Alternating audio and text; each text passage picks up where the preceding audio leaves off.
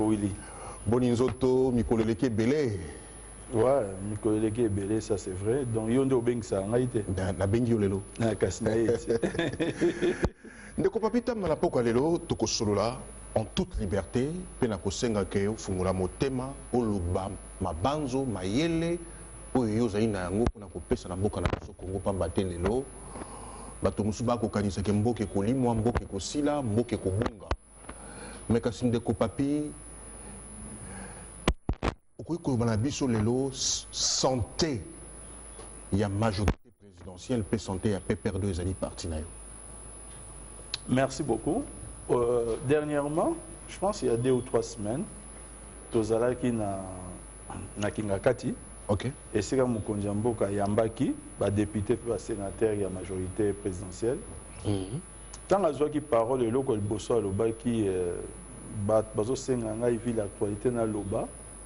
Ce qui n'y a pas eu, mais la première chose que je peux vous dire est que je me porte très bien. Ok. Déjà l'autorité morale l'a dit, qui se porte très bien. Je ne vois pas aussi, dans Katia, suite à l'événement où il y a qui, où ils ont l'accès peut-être que la majorité se portait bien. Premier test, c'est avec le Sénat. Il fallait qu'il va remplacer parmi les autres fondeurs G7, il fallait remplacer Moko Nabango, notamment Moutingaï. Les choix, il y a Moukondiamboka et l'équipe nationale. Tout vivre le deuxième test au niveau de l'Assemblée nationale. Les choix à Moukondiamboka et la majorité il y a Moutou et l'équipe. Mais nous pouvons reconnaître que moi, si par exemple, au niveau de l'Assemblée nationale, bénéficier de 262 voix, alors que généralement, ils ont 260. Ça veut dire qu'au père de fils que 8 voix. Est-ce que c'est pour autant dire que quand tâcher santé Nabino? C'est pour dire qu'il y a des problèmes à résoudre pour que nous puissions redynamiser force Nabison Nakati. Oui. Pambate, Tangoto Gosola, la tournée qui se sentait à majorité présidentielle pour le lot. Obinogo Kobenga ba fondeur, ba Kei, Bandeko Basadi G7 Lelo. Est-ce que Ndeko Papita Manabo Sembo ya Motema na yo? Départ ya Bandeko wana bazakina bino na kati ya majorité présidentielle. Et ningi sinda ko ya majorité te.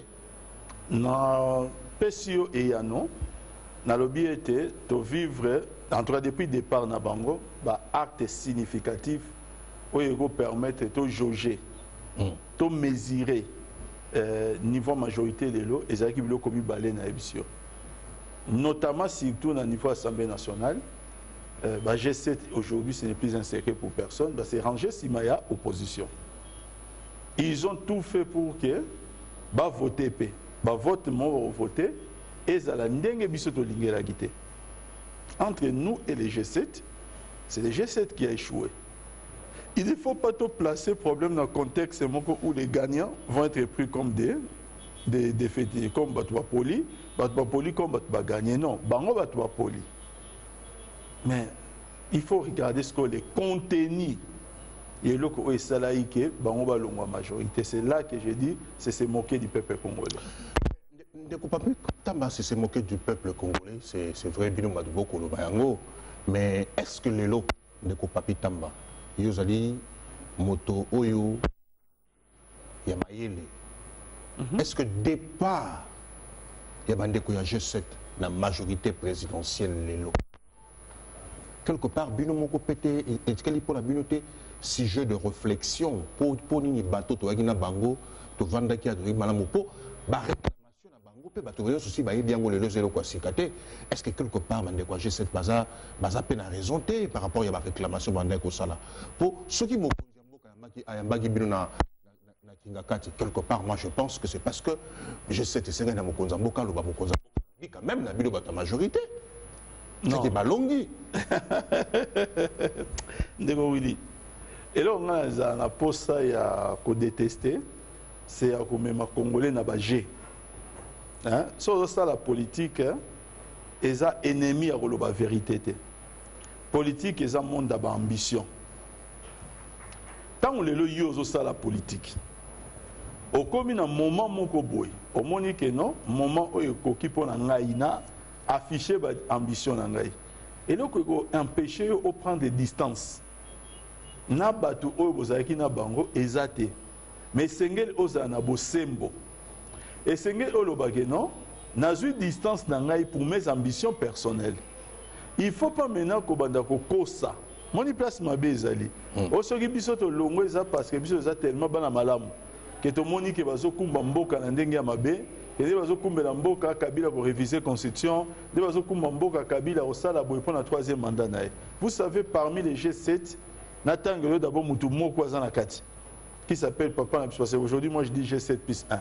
Mais toi, le bara Papa Kyungu. Papa Kyungu, quoi que moi. Président et assemblée provinciale à Katanga, depuis 2007. 2012, et Sengelaki. Pour quelqu'un qui se dit qu'il est légaliste, il devait lui-même en 2012, à l'élection et ça, le message le matin. Ngai Papa Kyungu, je donne ma démission. Pour dire que nous avons posé à glisser. Mais écoute, Papitamba, Pamba, Tezali, Tomatato Kita, Ezali P, Assemblée provinciale, il y a Katanga, et il y a organisation Mubimba, et il y a Batou Mubimba, Balanda Missima. Ndeko Kyungu wa Kumwanza, il y a continuer. Puisque retard, on n'est pas ça qui a été. Retard est pas ça qui a été. Élection dans mon cas, gouvernement. Loko Ozolo Banangai voudrait na lobalelo que il fallait attendre d'abord que province ex-province à Katanga et se dissoudre et que ça la démembré na 4 et que Papa Nabiso Kyungu alongo président ya assemblée provinciale ya Katanga pour que brusquement vertir la mouki na epona lobake non so gérer respecter délai à mandat. C'est ce qu'on doit faire comprendre. Mais il n'est pas le seul. Non, tout indique. Pas le seul. Même dans Kinshasa. Tout indique. Dans notre G7. Ok. Tout indique que ceux qui tirent de l'autre province à Katanga, ils ont démembré. Que ceux qui Makambu Oyo, il y a Rolongwa dans l'Assemblée provinciale, ils ont quitté. Ils seraient encore là avec des arguments pour continuer à soutenir Joseph Kabila. C'est-à-dire qu'il serait encore là avec les arguments pour continuer à soutenir Joseph Kabila. Voyez un peu comment est-ce qu'on veut se moquer des peuples congolais. Ils ont aujourd'hui des ambitions. Ils se disent, bon, 2016, ils ont poussé. Biso tozana ndenge tolingi que parfois na kati na biso, moko na biso to présenté comme candidat. Bon. Makamnenge ezo kende selon appréciation na biso to mon na clarté est-ce que à cause de la dauphin ou la dauphin. Bon, nous prenons nos distances pour nous organiser. Ainsi va la démocratie. Qui va les leur reprocher? Mais commencer à mentir au peuple congolais que les lobes comme le sein de la République. C'est-à-dire qu'ils aiment tellement la légalité aujourd'hui qu'ils veulent empêcher des choses. C'est ce manque de vérité. Il y a une insulte. Ils ont droit. Nous connaissons tout ce monde-là. Nous ne sommes pas là pour parler de la vie privée des gens, de la manière dont ils ont géré. Mais on repère ce point, mon indicateur. Pendant l'action, l'escroquerie se trouve à quel niveau? Escroquerie dans Bango. Ngai Ndekono Oyobengisi Papitamba. Qui soutient la majorité, qui soutient Joseph Kabila. Dans l'opinion, ces gens-là vont dire que Ngana Diabolo. Ils vont dire que Bisoto Lingamboka et Kenandinga Mabe. Maintenant, autour de nos questions, Zobat Papa Loka Ndundu. Entre Ngana et Ndundu, qui a des comptes à rendre à la République? Qui? Je n'ai jamais géré ni ministre, ni entreprise publique. C'est très facile de penser que nous gérons de 2006 jusqu'à 2015. Ces bilans-là, tu peux effacer en gros. Et si aujourd'hui il y a quelqu'un qui s'appelle Papitamba qui défend les chefs de l'État, qui n'a jamais géré, c'est lui le diable, nous sommes des saints. C'est prendre maintenant une démarche comme s'il faut aux peuples comme état lessiveuse. Nous allons vous dire une situation où vous allez jeter en pâture les chefs de l'État Joseph Kabila. Par rapport à ça, nous devons bénéficier de votre pardon en commettant quel péché, je ne sais pas. Nous sommes des gens qui ne nous reprochons de rien. Je n'aimerais aucun Congolais, aucun, ne pourra dire aujourd'hui, Papita Mozo défend Joseph Kabila, mais viens rendre compte. Ndako o sombo zombongo wapi? Aucun.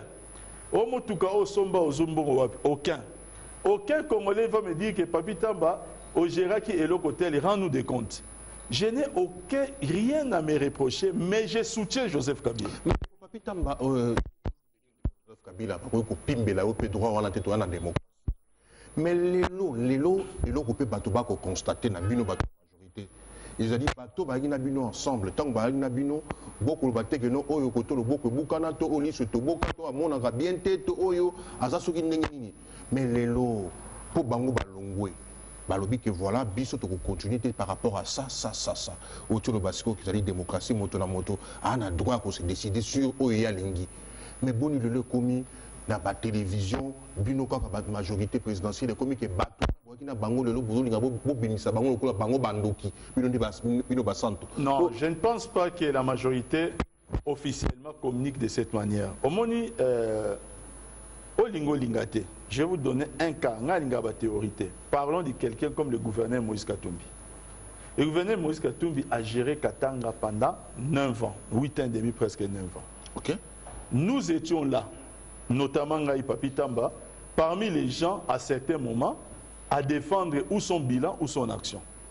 Comment aujourd'hui je vais me dédire? Comment les Rolobakeno, son passé n'était plus élogié? Voilà.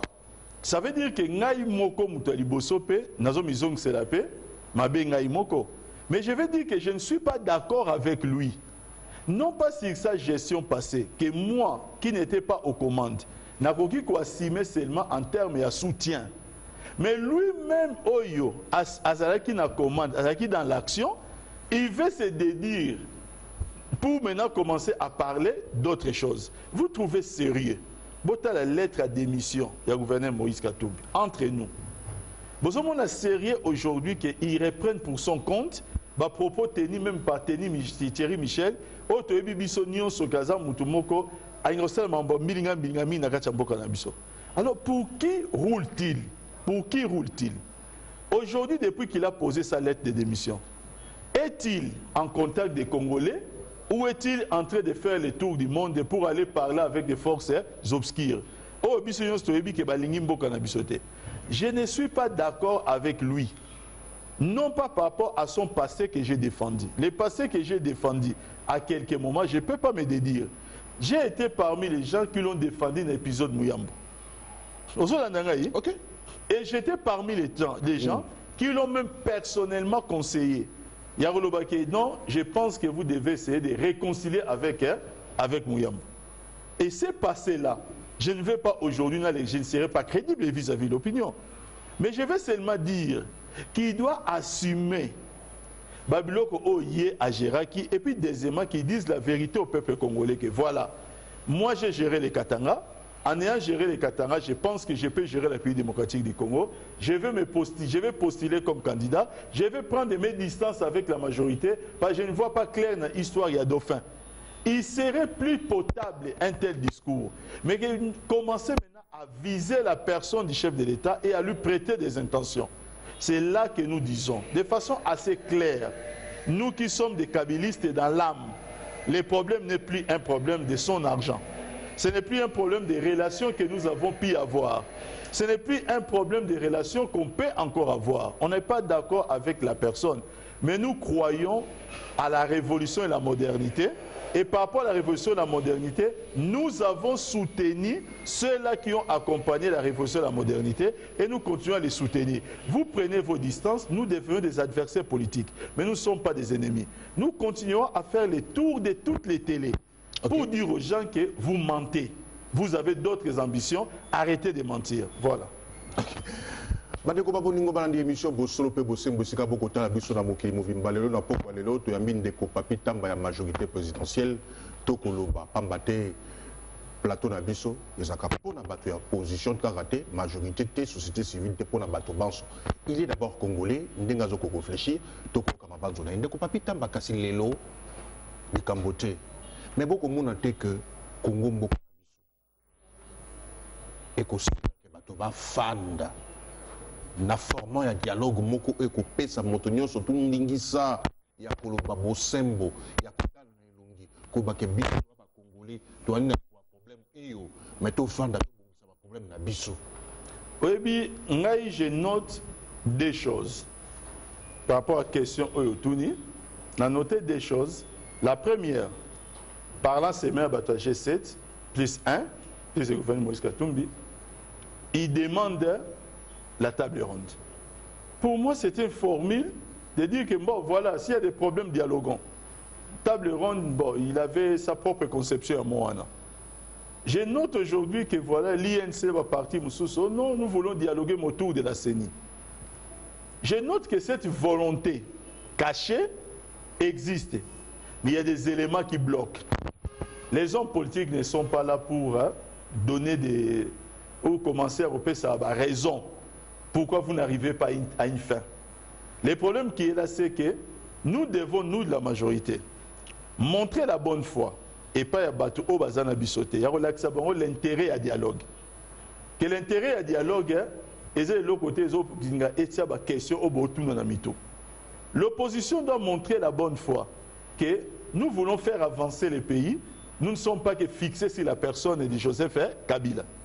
Or, si vous entendez leurs déclarations qu'ils font en dehors de ces éléments essentiels d'encadrer, ils ont une cible. La cible, c'est Joseph Kabila qui reste un homme, qui demain peut mourir, qui demain peut avoir une grippe, qui demain peut. C'est là que je dis que nous sommes en train de retarder la démocratie. Il ne faut pas qu'on soit démocratie au bozo linga et zala, binomoko bo revenir au niveau des hommes. Au niveau des hommes, parce que telle personne ne nous plaît pas, nous avons de la haine, et vous avez des discours comme ça. Donc, le dialogue est fondamental aujourd'hui. Le dialogue est fondamental, le long de Kopapita Malokolobi Yango, dans la majorité présidentielle. Au moins, un débat lié sur des individus, attaque avec comme cible les individus. Ils s'appellent une majorité de Motobotomboli Yango. Tant que tu maloba lokola yande kokinke mulumba koloba Kabila totondi yote que sans Kabila le Congo n'existe pas à propos moko ya forme wana yango ne bande ko musuba koloba oh boni la kisana biso que sans Kabila mboke kozala te yango pe bande ko pe ba ko s'attaquer musuba ndeko c'est là na c'est kamuke OK avec sa mauvaise foi à Congolais. Ça fait 1 an presque et aujourd'hui il reste encore 1 an que le ministre Kinke dit que Kabila te tourne nonte. Mais il a le droit que le bateau tourne nonte. Le mandat à Kreza Kabila n'a pas facilité. Quand il a commencé à dire ça, les mandats couraient encore. Mais vous savez, certains Katumbistes ont dit que Katumbi n'a pas tourné après son mandat. 2013, 2014, 2015. Katumbi n'a pas tourné. Katumbi, c'était pas commis. Tenalobi Boye. Non. Ok, d'accord ça. Nazolo Baboye. Katumbi n'a pas tourné. Papa Kyungu n'a pas tourné. Mais balobi yango quand balobi yango après leur mandat. C'est-à-dire 2013 azawana tobetelo maboko gouverneur Moïse Katumbi na totondi oté. 2014 na totondi oté. 2015 na botondi oté. Les gens les laissent tranquillement dire qu'ils avaient raison de dire que na totondi oté. C'est lui qui dit que na to... Mais attendez, il reste encore, je dis bien, plus de 365 jours à disposition réglementaire pour la chef de l'État. Si quelqu'un dit que na totondi oté, en quoi est-ce qu'on va essayer de s'attaquer à la personne Oyo? Parce que moi, je peux aussi dire. Mais tant que ça, non. Mais on va le qui n'a pas tondi yoté, tant que ça, les sous-soutés. Moi, il faut nous tourner à une question. Comment vous continuez, bon, connaît le baquet, n'a pas tondi yoté, n'a pas tondi yoté, n'a sens soit le bélango, et vous avez un sens quand. Et vous avez un sens tant que vous avez que mandat moutoué salini, et si. Boye Bisangaï, qui parmi ces katumbistes, parmi ces kyungistes, excusez-moi l'expression, en 2013, Balobaki, n'a totondioté. Et puis, Balobaki, totondio. Qui? En 2014, Balobaki, totondio. 2015, Balobaki, totondio. Parce qu'ils ont fait 3 ans. Il y a au-delà un mandat, 3 ans. Brusquement, aujourd'hui, les gens se réveillent par une grâce à Saint-Esprit. Ils sont visités. Ils sont nés de nouveau. Je ne sais pas comment je vais expliquer ça. Ils commencent à donner des leçons de morale. Mais entre nous, Ngaï n'a pas répété que Joseph Kabila n'a pas tondi te. Mandat n'est pas comme problème est non, n'a tondi te. Bon, il n'a tondi le mandat. Non, c'est quand même compliqué. Ndeko papi tamba pour la bateau mususu majorité on dit bino boa matumboli boluka sama kambo ndeko Kabila pas olobate pour yemoko président Kabila a ebisi bino na réunion bokene na kinga 4 les gens de la majorité que ebisi bino ke ngana ko briguer 3e mandat nanya lobi na bino ke ngai na ko modifier constitution mais maloba wana Joseph Kabila était dans monoko. Il y a quelques personnes qui à majorité. Et c'est qu'il faut reconnaître. En tout cas, je n'ai jamais entendu. Je n'ai pas le monopole de dire que Nalanda a émission Nyons. Nalanda position officielle et à majorité. Nalanda ngote. Au balobi na biso que chef de l'État Joseph Kabila a repris d'abord un troisième mandat, c'est une aberration parce que notre constitution ne le permet pas. En revanche, dans la yoka position, ça serait un peu ridicule de prétendre que la majorité peut se ridiculiser à ce point-là. Il y a des gens qui interpréter la constitution. En revanche, il n'est pas interdit de réfléchir dans une démocratie. Le problème, c'est que les gens aujourd'hui veulent maintenant commencer à interdire la réflexion sur l'avenir de nos institutions. Je suis congolais. Je suis en droit de commencer à réfléchir, est-ce que l'esprit et la lettre de notre constitution, est-ce que ça continue sur le Ndjela Moko? Naza congolais, est-ce que cette constitution ne peut pas être changée par rapport à ça et ça? Et vous savez que si la constitution est changée, parmi les conséquences, ça va remettre les pendules comment? À zéro. Donc ça peut permettre un nouveau mandat de Joseph Kabila. Pas un troisième mandat, mais un nouveau mandat. Est-ce que c'est interdit de réfléchir? Laissez-moi maintenant vous donner des cas de figure. Tozui Union européenne, tozui États-Unis, tozui Canada, bamboka nyonso. Ba pays mi balé pamba, mi balé, mi sa touté mais mi balé pamba. Et limita nombre yaba mandat présidentiel à la constitution na bango. Mboka liboso États-Unis d'Amérique. Vous voyez ba sali en quand? Ba sali en après 163 ans la constitution na bango. Président moko américain a brigué 4 mandats, Franklin Roosevelt. Le président Moussous après 2 mandats, va postuler. Va voter, va voter, tout Moussous va l'union à partir na bangoté. Va veto à partir na bangoté. Non, caution à partir na bangoté. Oye en France. Na France, les appelations sous la 5e République. C'est-à-dire pendant 1958. Pendant 50 ans, il était permis à un président français de postuler pour un 3e mandat. Les experts pensent que si Mitterrand était encore jeune, Mitterrand a sali 14 ans de mandat à 70 ans. S'il était encore jeune, certains pensent que Mitterrand a postulé pour un 3e mandat. Maintenant, en dehors de ces 2 pays, France et États-Unis d'Amérique, vous allez en Angleterre, Tony Blair a fait 3 mandats. Lélo Angela Merkel, 3 mandats ont postulé pour son 4e mandat. Nagatia Allemagne, ça ne pose pas de problème. Vous venez ici en Afrique, le président Museveni, il veut postuler pour un 4e mandat. Pour Nicara, Kokenda, Kolukaka, 2 mandats, 3 mandats, 4 mandats. Au bas, ils ont une majorité présidentielle. Botika, Kokanisaka, Kakentende, Joseph Kabila, la fois qu'il a le 3e mandat, le mandat à Sikali Soussou. Parce que constitution yango mama mobeko ndé lobi que te mandat et ani mami balé et puis sili. Non, papa nangai. Nazo répéter. Au moins na démocratie réfléchir te. Na démocratie. Mais yango nazo le kotika makambo qui naturellement. Mais tant le lobby bien on a peut-être bengi sanga jour mususu, to kota na contenir la constitution yango. Pour na ko expliquer comment constitution comme souk sa conflit. Na ko relever ka aspect moko. Poto ke musikate.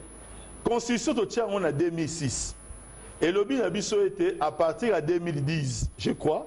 Et le lobby Nabiso était non, il faut passer de 11 à 26 provinces. On a constitué le lobby.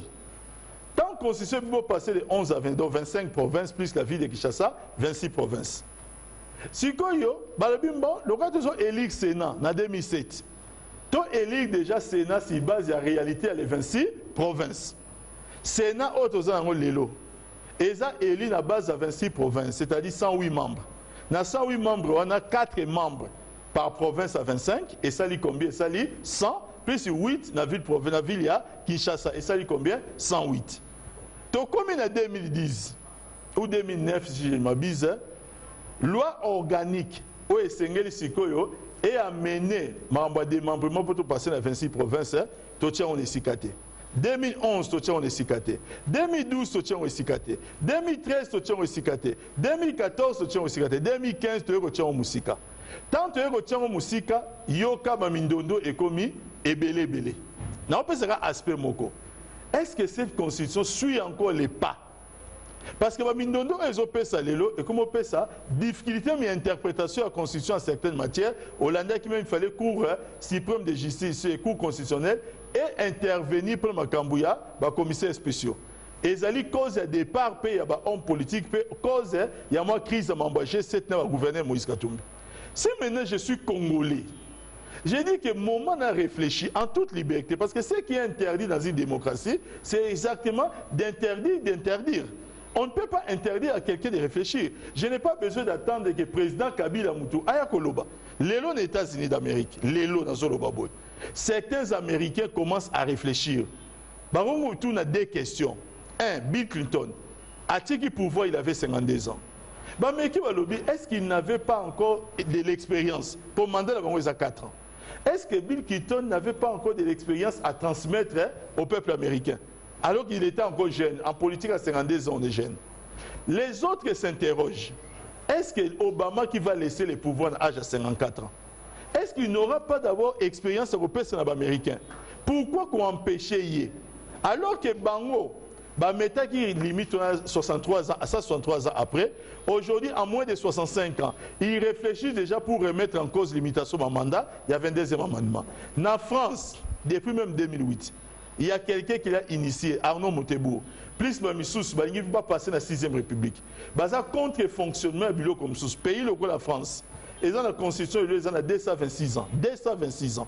Dans 226 ans, il va changer la constitution 15 fois. C'est-à-dire, ils ont la forme républicaine plutôt. République de France, la forme, sous sa forme républicaine. Non, il faut changer. Okay. La France aujourd'hui a changé 15 constitutions. Et les moyenne, il y a une constitution tous les 13 ans, s'il faut parler en termes. La démocratie en France, c'est l'Inde. Mais non, que changer veut dire quoi? Bazo continuer à construire la démocratie. Nous avons aujourd'hui une constitution qui ne répond plus. Dans le domaine de Bélé, invité dans l'émission, on va essayer de le démontrer. Toko démontrer à Ngondego Papitamba, Toko Kobanamasono, chers spectateurs, vous êtes au travers le monde. Ce soir, vous êtes sur la RTVS1 et vous suivez cette émission. Et sur ce plateau, nous avons M. Papitamba, cadre de la majorité présidentielle en République démocratique du Congo. Avec lui, nous parlons de tout, nous parlons de la Constitution, nous allons maintenant parler des élections. Nous avons parlé du départ d'un groupe de 7 partis politiques qui ont quitté la majorité présidentielle. Le président Joseph Kabila Samé, c'est ici le peuple, la culture, il y avait élection 5 ans après, 5 ans après. Mais quand on comprendre que Kotoyo, bande de Seni, Babimbo, Zalité, Kotoyo, gouvernement, le Bimbongo, de bande de Seni, Babimbo, Baron Souate, gouvernement, le Bimbongo, Zate, de Kobati, Kotoyo, à l'Obimbongo, Baron Pes, le Kopapitam. Il y a une élection, comme il y a une côte. Merci de la question autour de un tout petit correctif. C'est que le gouvernement a dit que 2 millions il a organisé une élection au commissaire spéciaux. Pourquoi? Parce que les équipes prévues dans le quartier, il y a budgété, il y a un recours suprême et cas de force majeure. Donc, ça n'a rien à voir, il n'y a pas de contradiction dans la déclaration du ministre Bahati qui lui parle de la situation générale. Mais maintenant, par rapport à ces élections, au moment que les autres ont enregistré l'émission Nayo, le 20 octobre. Logiquement, dans 5 jours, c'est le calendrier à Séni, et c'est Ito Zalana, dans l'élection, il y a des députés provinciaux. Ozo yoka ata makele l'été. Ozo yoka nous paie opposition. Parce que pour la bango, quand on parle d'élection, les élections présidentielles. Élection nous sommes au Tobengi na sewana pour la bango les élections té. Etali bango ata mukete. Il y a un position que bazo lobela ngo kututé. Or, tant que calendrier Seni et Bimaki. Biso tolobaki a déjà. Tolobaki était nous a devant un problème. Problème toza na moi ezali que Seni est bandit déjà na ba acte à liboso reposé et bandit déjà glissement. Seni et lobby était les candidats députés provinciaux vont s'enregistrer du 15 avril jusqu'au 5 mai. Et glisser qui tient à mois à juin. Publication, il y a un candidat définitif, le Sénégal qui est le 9 juin, va publier le 3 juillet. Glissement 23 jours. Tu vas dire que l'obédience déjà. Le bien était enregistrement, il y a, on doit postuler sur le plan local, il fallait le 27 mai. Si le lieu est voilà, déjà sous glissement, est commis pratiquement inexistence. Alors par rapport à ça, nous avons dit aux amis de l'opposition, allons au dialogue. Et donc, là, ça clairement que nous sommes devant un problème. Il y a un problème, il y a un nouveau majeur, il y a un problème. Mais les lots, des exemples, pendant l'action qui est bango et tali bango té. Par exemple, la politique à fixation paye à 1. Dans 5 jours élection au salle matin. Et au salle matin, il y a des députés provinciaux. Pour la bango, les présidentielle, ce n'est pas un problème. Mais de quoi pita mabato pe ba ko bi tuna. Est-ce que gouvernement est géré le combattant dans un gouvernement bon ou ko ta bon ou ko bima. Mais pour nous ba prévoya qui a ngoti na carte de budget et yebana dit que 5 ans après l'élection pour en Congo. Mais pour nous bon oui ça a été na boka le Congo ba de comme ba ko ka mo bi ben individu ba na bon pour l'état azanambo. Na va expliquer le Congo. Ces problèmes, sur la majorité, tout le monde est Dakar. Majorité est la première proposition. Proposition de la majorité est de modifier la constitution pour que l'élection soit un scrutin direct au niveau local et que au niveau local et provincial, tout ça un scrutin indirect. La majorité est la première solution. Quelles étaient les conséquences? Les conséquences directes des Akinine. Bossali élection locale et provinciale. Si Bossali directement, c'est-à-dire élection directe, ça allait coûter à la CENI environ 300 millions de dollars. Lorsque Bossali a un scrutin indirect, ça coûtait à la CENI 6 millions de dollars. En même temps, il va nous permettre de gagner temps. La majorité l'a proposé. Il y a certaines matières, il y a l'État. Ça, là, on a une logique, il y a majorité opposition. Ça, on a une logique à consensus. Tel que domaine élection. Consensus veut dire quoi? Binonion sur acteurs en présence et Sengel se mettre d'accord.